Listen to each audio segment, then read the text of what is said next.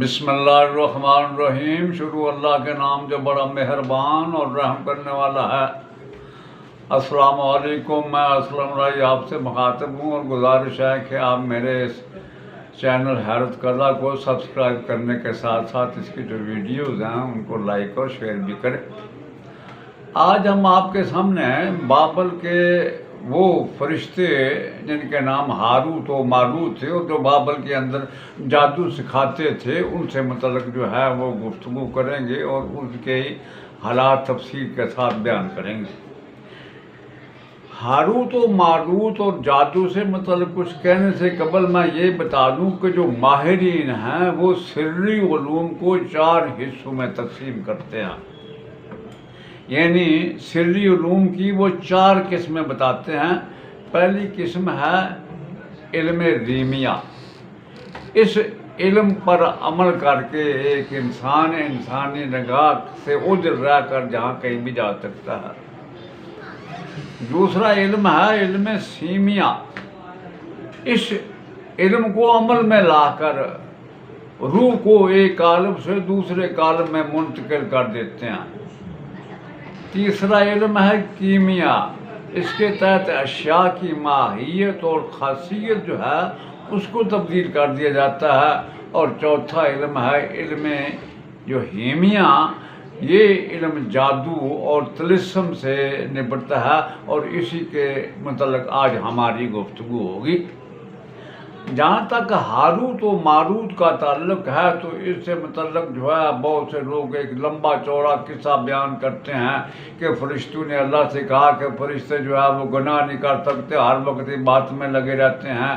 تو اللہ نے کہا نہیں، اگر تم انسانی روح میں جاؤ تو گناہ کرو گے، اور ان 2 فرشتوں کو بھیجا جاتا ہے جو گناہ میں ملوث ہوتے ہیں، زورا نام کی عورت کے ساتھ ملوث ہو کے۔ تو اس طرح سزا کے طور پر اللہ نے پوچھا کہ تمہیں جو ہے اوپر سزا دیں یا نیچے؟ انہوں نے کہا جی نیچے زمین پر۔ تو انہیں ایک کنویں کے اندر بند کر دیا جاتا ہے جہاں وہ لوگوں کو علوم سکھاتے تھے۔ یہ ساری باتیں جو ہیں وہ محققین، اکثر جو محققین ہیں اس کو تسلیم کرنے سے انکار کرتے ہیں۔ اب سب سے پہلے جو بات سامنے آتی ہے کہ یہ ہاروت و ماروت کا جو واقعہ ہے قرآن مقدس میں جس کا ذکر بھی کیا گیا، وَمَا أُنزِلَ عَلَى الْمَلَكَيْنِ بِبَابِلَ ہاروت و ماروت، تو اس میں وجہ یہ بیان کی گئی قرآن مقدس میں کہ یہ شیاطین تھے، یہ ان بنی اسرائیل سے کہتے تھے کہ سلیمان علیہ السلام نعوذ باللہ جادو سے ہی کام لیتے تھے، یعنی وہ ان کے معجزات جو ہے ان پر اعتراض کرتے تھے۔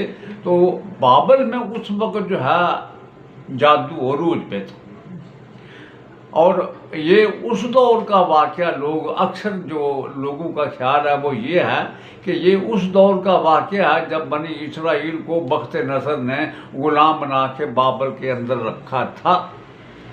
تو اندازہ قیاساً جو ہے مفسرین یہ کہتے ہیں کہ یہاں فرشتوں کو نازل کرنے کا مقصود یہ تھا کہ یہ دیکھا جائے کہ اتنی بڑی تکلیف اٹھانے کے بعد، کیونکہ بخت نصر کی صورت میں ان کا عذاب طاری ہوا تھا اور ان کے ملک کو تباہ و برباد کر دیا گیا تھا، یعنی اتنے بڑے عذاب اور اتنی بڑی سزا سے گزرنے کے بعد کیا وہ اپنے مذہب پر قائم دائم رہتے ہیں یا ہٹتے ہیں؟ ان دنوں چونکہ بابل میں عروج پر تھا جادو، اس کے علاوہ 2 اور جگہوں پر بھی بابل کے علاوہ عروج تھا جادو کا، ایک مصر اور دوسرا ہندوستان کا ویدک معاشرہ۔ اب بنی اسرائیل چونکہ تھے بابل میں تو ان کے اندر شرک کرنے والوں نے یہ بات پکی پختہ کر دی تھی کہ سلیمان علیہ السلام کے پاس کوئی معجزہ نہیں تھا، بلکہ وہ جادو ہی سے کام لے کر سارے کام کرتے تھے۔ ملکہ سبا کا جو تخت وہ لے کے آئے وہ کوئی جادو ذریعے سے لائے، اور چیونٹیوں پرندوں کی جو زبان سمجھتے تھے، یہ سارا جادو کا کھیل۔ اس سارے تاثر کو زائل کرنے کے لیے ان فرشتوں سے کام لیا گیا۔ اب یہاں یہ اعتراض کرنے والے یہ اعتراض کرتے ہیں جی پھر یہ کام اگر کرنا تھا تو یہ کام پیغمبروں سے بھی لیا جا سکتا، لیکن پیغمبروں سے کام اس لیے یہ نہیں لیا کہ اس میں پیغمبر تو ایک فریق کی حیثیت سے شامل تھے، اس لیے کہ وہ لوگ کہتے تھے کہ جو پیغمبر آتے ہیں وہ جو معجزہ دکھاتے ہیں وہ بھی جادو ہوتا ہے، لہذا پیغمبر کے ذریعے یہ کام نہیں لیا جا سکتا تھا۔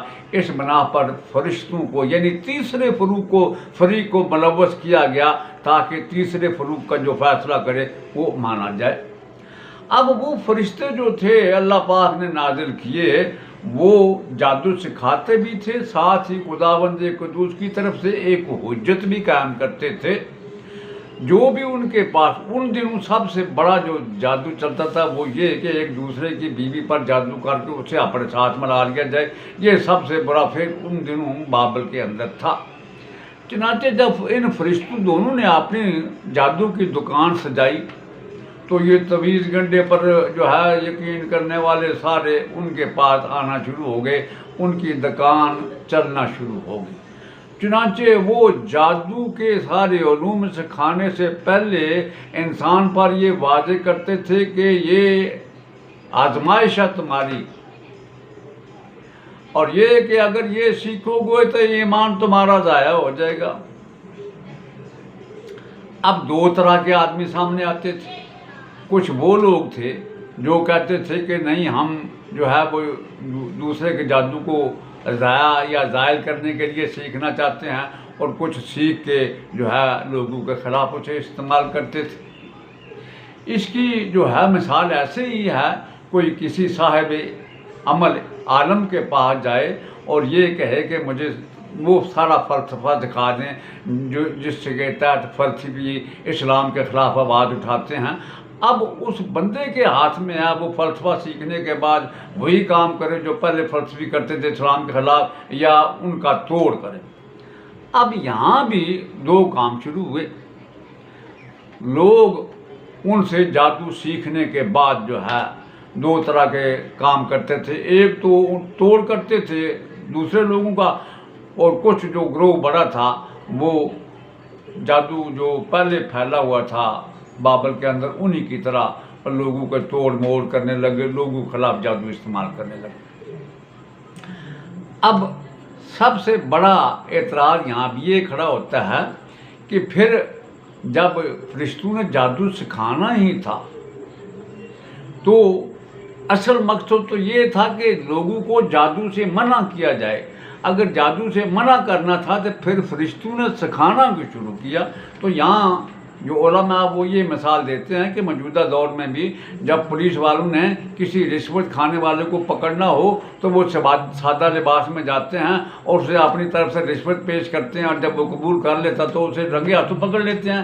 اسی طرح ان کے ساتھ بھی یہ معاملہ کرنا تھا کہ جادو ان کے سامنے رکھا گیا۔ دیکھنا یہ تھا کہ جب ان کے پاس پیغمبر کا جو پیغام ہے وہ بھی پہنچ چکا تھا، اب جائزہ یہ لینا تھا کہ یہ جادو سیکھنے کے بعد آیا پیغمبر کا وہ علم جس پر وہ پہلے قائم تھے اس پر قائم دائم رہتے ہیں، یا یہ جادو سیکھنے کے بعد وہاں سے ہٹ جاتے ہیں۔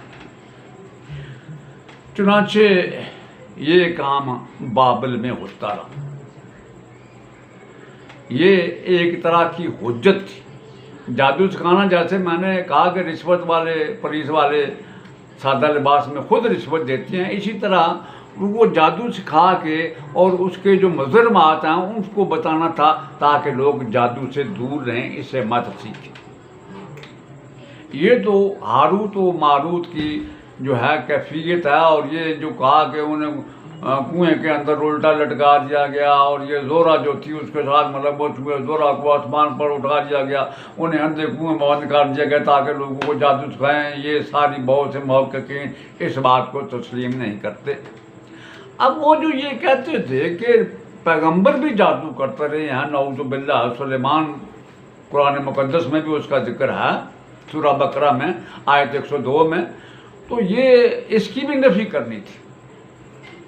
نفی اس طرح کرنی تھی کہ جادو اور معجزہ اس کے اندر تمیز کرنی تھی۔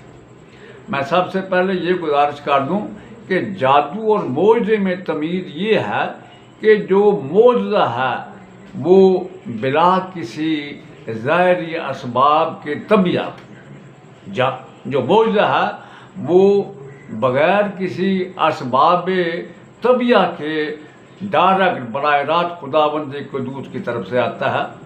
جیسے جنگ بدر میں جب حضور صلی اللہ علیہ وسلم نے اپنی مٹھی سے مٹی ڈالی تو خداوند قدوس کے حکم سے وہ مٹی کنکریاں والی بریک بریک سارے جو ہے کفار تھے ان کی آنکھوں میں پڑی، جس کے لیے فرمایا وما رمایا اذ رمایا ولکن اللہ رما، یعنی وہ مٹھی آپ نے ریت کی نہیں پھینکی تھی، اللہ نے پھینکی تھی۔ تو یہ بات ثابت کرنی تھی کہ معجزہ جو ہے وہ جادو سے مختلف ہے۔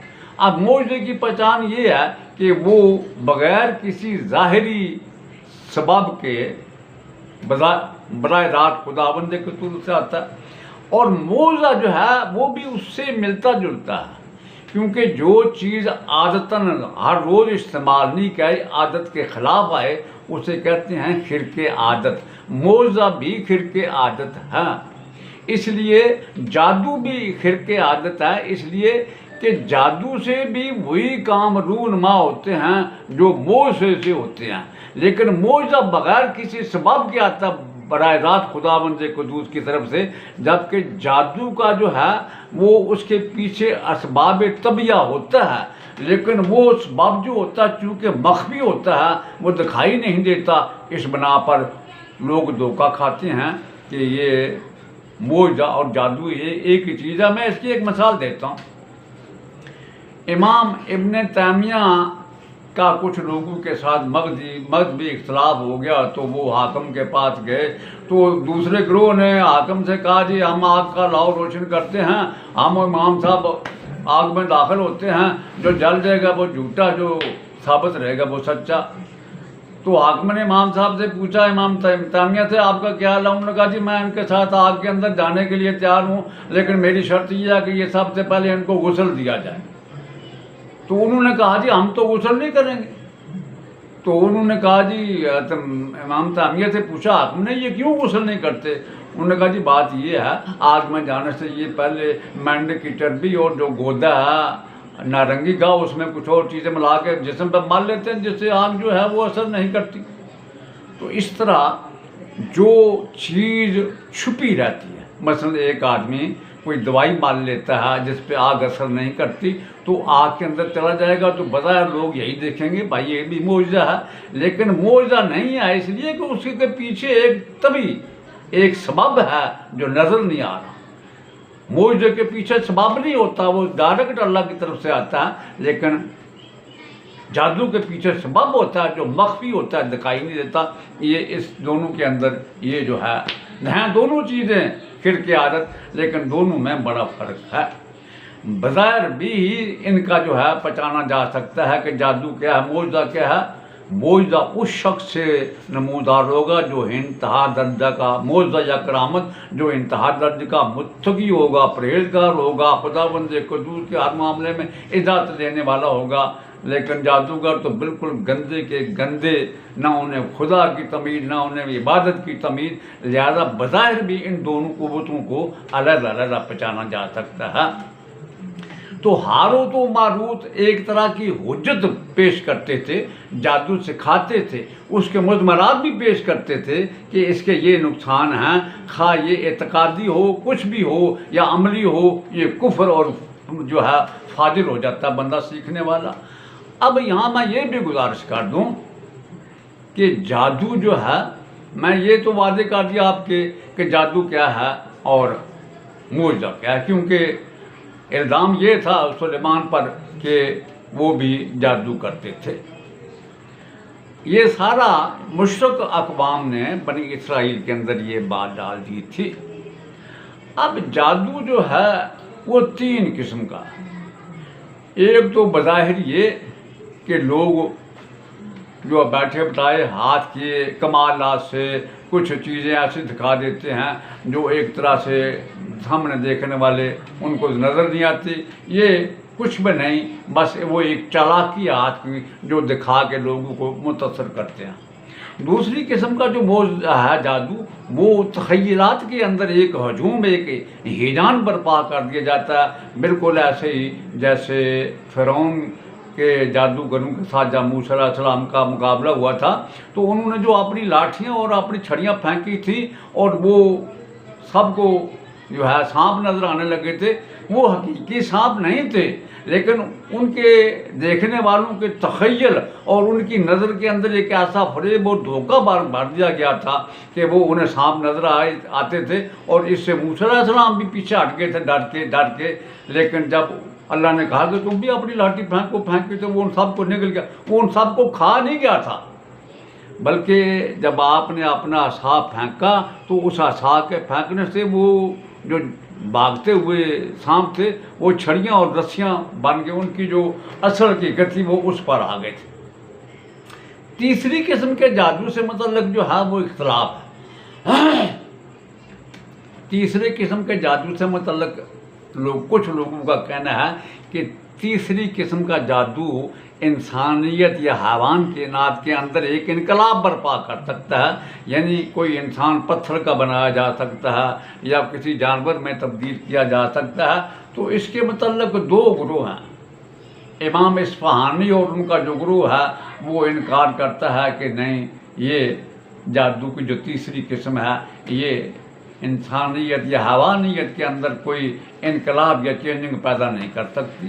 لیکن دوسرا گروہ جو وہ کہتا ہے کہ انقلاب برپا ہو سکتا ہے، وہ اس سلسلے میں حضرت کعب احبار کی ایک حدیث پیش کرتا ہے جو موطا امام مالک میں شامل ہے، جس میں انہوں نے جو ہے جملہ کہا تھا کہ اگر میں یہ آیات ہمہ وقت نہ پڑھتا رہتا، یعنی اسلام قبول کرنے سے پہلے وہ یہودی تھے، اسلام قبول کیا، تو یعنی اگر میں یہ ہمہ وقت یہ آیات نہ پڑھتا رہتا تو یہودی مجھے یقیناً جو ہے وہ گدھے میں تبدیل کر دیتے. یہ جو آیات پڑھتے تھے وہ مجھے زبانی یاد نہیں ہے، میں اس وقت آپ کو سنا دیتا. بہرحال یہ ایک سلسلہ ہے. کچھ لوگ مانتے ہیں کہ جادو کی جو تیسری قسم ہے اس سے انسانی جو ہے چینجنگ یا انقلاب لایا جا سکتا ہے، ایک چیز سے دوسری چیز جو ہے وہ بنائی جا سکتی ہے، لیکن دوسرا گروہ اسے تسلیم نہیں کرتا. آخر میں یہی کہوں کہ ہاروت و ماروت کے جادو سے متعلق یہ جو قصے کہانیاں گھڑ لی گئی تھیں زورا عورت کی اور ان کے جو ہے بدی میں ملوث ہونے کی، اس کو اکثر جو ہے محققین تسلیم نہیں کرتے، بلکہ ان کا کہنا یہ ہے کہ یہ ہاروت و ماروت کو بابل میں اس لیے بھیجا گیا تھا تاکہ بنی اسرائیل کا یہ جائزہ لیں کہ اتنے بڑے عذاب سے گزرنے کے بعد جب ان کے سامنے یہ جادو پیش کیا جاتا ہے تو وہ اس جادو پہ عمل کرتے ہوئے دوسرا رخ اختیار کرتے ہیں، یا جو مذہب ان کے سامنے حضرت موسیٰ علیہ السلام کی وساطت سے پیش کیا تھا اس پر قائم رہتے ہیں. ایک طرح سے ان کی آزمائش تھی، ان کا امتحان تھا. اس کے علاوہ ہاروت و ماروت نے کوئی کسی بدی میں یا کسی عورت کے ساتھ ملوث نہیں. یہ تھے حالات ہاروت و ماروت کے اور جادو کے جو آپ کے سامنے پیش کیے. اگلی جو ہے ویڈیو ہے ایک اور بڑا اہم واقعہ آپ کے سامنے بشرط زندگی جو ہے وہ پیش کریں گے. اللہ پاک آپ کا حامی اور ناصر ہو. جاتے جاتے میں گزارش کروں کہ میرے اس چینل ہر قطع کو سبسکرائب کرنے کے ساتھ ساتھ اس کی جو ویڈیوز ہیں ان کو لائک اور شیئر بھی کریں. السلام علیکم.